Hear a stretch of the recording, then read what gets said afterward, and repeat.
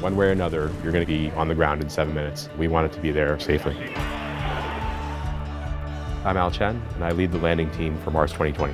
Entry, descent, landing is all about getting the vehicle from the top of the atmosphere down to the bottom safely. And we hit the atmosphere going, 12, 13,000 miles per hour. We have to deploy a supersonic parachute. And that's all before we get down into powered flight. So we have a new system that'll take over at this point. It'll start taking images of the ground. That'll let us figure out where we are in latitude and longitude. Jezero Crater, the site we're going to with Mars 2020, was actually rejected for Curiosity because the site was considered too unsafe.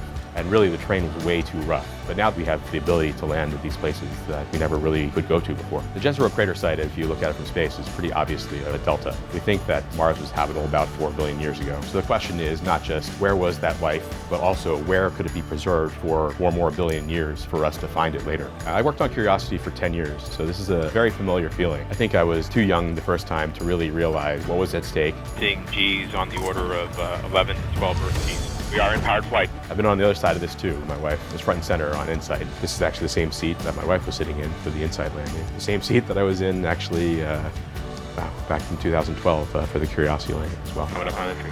A lot of history for us in this room. Touchdown confirmed. We're safe on Mars. We might be uniquely positioned as two folks who are married to each other to know what it's like to land things on Mars.